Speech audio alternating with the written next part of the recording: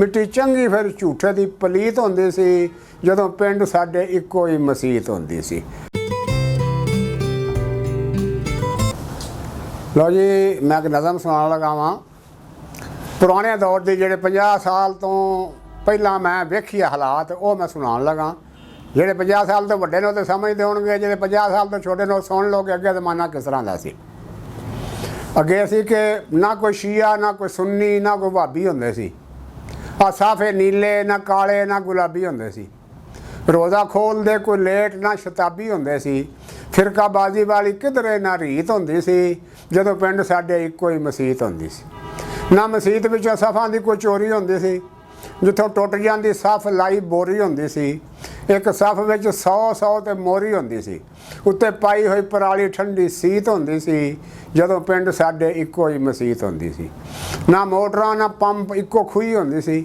ਡੋਲ ਚਮੜੇ ਦਾ ਰੱਸੀ ਲਾਲ ਸੂਈ ਹੁੰਦੀ ਸੀ।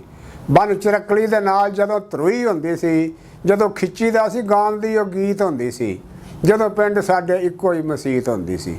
ਸਪੀਕਰਾਂ ਤੋਂ ਬਿਨਾਂ ਅੱਗੇ ਬਾਂਗ ਹੁੰਦੀ ਸੀ ਤੇ ਨਮਾਜ਼ ਦੀ ਨਮਾਜ਼ੀਆਂ ਨੂੰ ਤਾਂਘ ਹੁੰਦੀ ਸੀ। ਜਾਂਦੀ ਉੱਠਦੀ ਮਸੀਤ ਨੂੰ ਪਲਾਂਘ ਹੁੰਦੀ ਸੀ।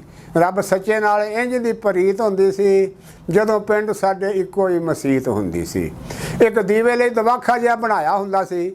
ਦੀਵਾ ਬਾਲ ਕੇ ਤੇ ਜਿਸ ਤੇ ਟਿਕਾਇਆ ਹੁੰਦਾ ਸੀ ਤੇ ਕੋਲ ਤੇਲ ਸਰੋਂ ਕੁੱਜੇ ਵਿੱਚ ਪਾਇਆ ਹੁੰਦਾ ਸੀ।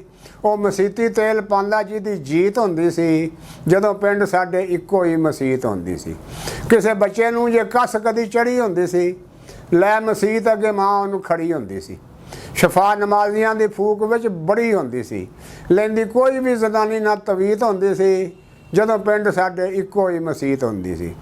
ਕੋਈ ਸ਼ੱਕ ਸ਼ੁਬਾ ਚੋਰੀ ਕਿਤੇ ਹੋ ਜੇ ਜਾਂਦੀ ਸੀ, ਉਹਦੀ ਬੈਠ ਕੇ ਪੰਚਾਇਤ ਗੱਲ ਇਹ ਮੁਕਾਂਦੀ ਸੀ ਜਾਂ ਕੁੰਡੀ ਖੋਲ ਦੇ ਮਸੀਤ ਦੀ ਪੰਚਾਇਤ ਆਂਦੀ ਸੀ। ਸਾਰੇ ਪਿੰਡਾਂ ਵਿੱਚ ਇਹੋ ਇੱਕ ਰੀਤ ਹੁੰਦੀ ਸੀ ਜਦੋਂ ਪਿੰਡ ਸਾਡੇ ਇੱਕੋ ਹੀ ਮਸੀਤ ਹੁੰਦੀ ਸੀ। ਸਾਰੇ ਇਕੱਠੇ ਹੋ ਮਸੀਤ ਦੇ ਉਹ ਕੋਲ ਜਾਂਦੇ ਸੀ। ਜਿਹੜੇ ਸੱਚੇ ਹੁੰਦੇ ਕੁੰਡੀ ਜਾ ਕੇ ਖੋਲ ਜਾਂਦੇ ਸੀ, ਝੂਠੇ ਜਾ ਕੇ ਮਸੀਤ ਕੋਲ ਡੋਲ ਜਾਂਦੇ। ਮਿੱਟੀ ਚੰਗੀ ਫਿਰ ਝੂਠੇ ਦੀ ਪਲੀਤ ਹੁੰਦੀ ਸੀ ਜਦੋਂ ਪਿੰਡ ਸਾਡੇ ਇੱਕੋ ਹੀ ਮਸੀਤ ਹੁੰਦੀ ਸੀ। ਇਹ ਸੀ ਦੌਰ ਅੱਜ ਤੋਂ 50 ਸਾਲ ਪਹਿਲਾਂ।